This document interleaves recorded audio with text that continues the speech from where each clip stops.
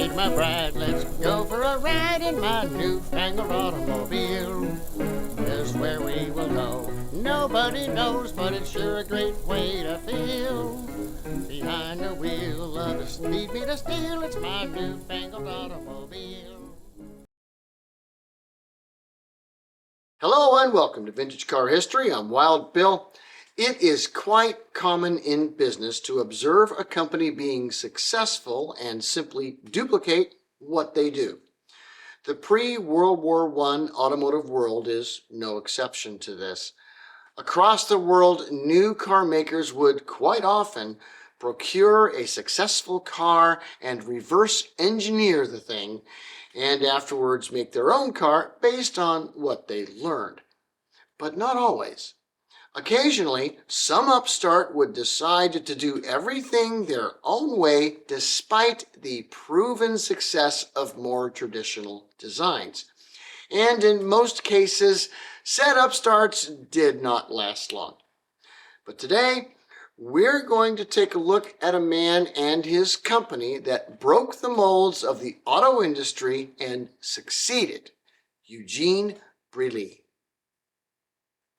He was born in Paris in 1863. Eugene was a robust young lad that possessed both brains and brawn, and chose to explore both. In his youth, he was quite the wrestler, and with his short and stocky stature, was known to get inside his opponents.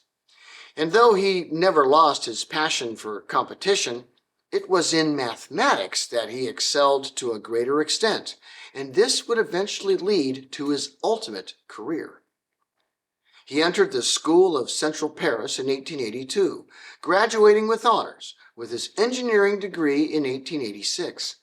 A few months later, in early 1887, he got a job with a French railroad that, if I try to pronounce, will wreak havoc upon the internet, so I'll just refer to it as it was known locally. West.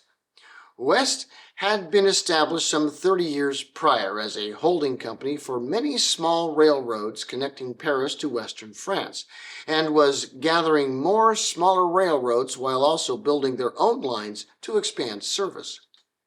For the next 11 years, Eugene honed his engineering skills at this railroad, not as a locomotive engineer, but rather as a design and civil engineer, since the firm was in a significant expansion period during this time, adding over 24 new rail lines and thus services to connect Paris to the more northern regions of France. His skills in engineering led to his promotion in the company several times, yet his true interest laid in the machines, and more specifically, engines themselves. Thus, Brillie left West in 1898 to create a new company, but he needed some capital to do so, which is where he partnered with a friend of his, Gustave Gobron. Gobron had an education in both business and engineering and had family connections. He was wealthy and was working in the French government in things both military and political. Not much difference, eh? Brillie approached Gobron with the idea to create a new company to cash in on the recently invented automobile, and Gobron agreed. Thus the company Gobron-Brillie was formed. Eugene had brought on board an engine designer, Maurice Guichard, who came up with a 4-piston engine with only 2 cylinders in a style not unlike what Errol Johnson had done, but with no connection between them. Kind of like the convergent engineering between Benz and Daimler. This engine had no carburetor. Instead, the fuel entered the center of the cylinders where the pistons would otherwise meet through a drip system. Yeah, it's weird, but it worked. He mounted this engine at the rear of a light car chassis of Brillie's design, and thus the Gobron-Brillie cars hit the road, and they sold well. The cars with these engines were unique in that they would run on just about anything: gas, fuel oil, corn oil, whiskey, whatever was at hand. Yet Eugene still had that competitive spirit in him, and auto racing was gaining in popularity, as well as danger at that time. Yet he pressed ahead with larger engine designs and faster cars. Brillie built bigger, better, and more powerful cars over the next few years. Indeed, Eugene himself entered one of his cars in the 1903 Paris-Madrid race, which of course no one completed. The cars produced in 1903 were the stuff of legend. I mean, look at this monster. A chain-driven beast of some 110 horsepower that captured the world land speed record 4 times.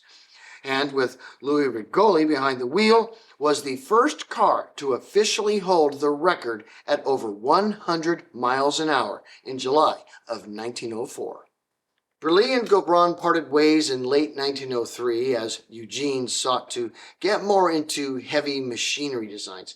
He partnered again with yet another Eugene, a Mr. Schneider, and they formed a new company to make some cars, but focus on commercial vehicles and eventually military vehicles. Eugene Brillie is well known by World War I historians for his work with the French Army and their vehicles, which is a tale for another day. For now, know that just because you want to make strange engines and focus on just going fast doesn't mean you won't succeed. Thanks for watching Vintage Car History, and we'll see you next week. Peace.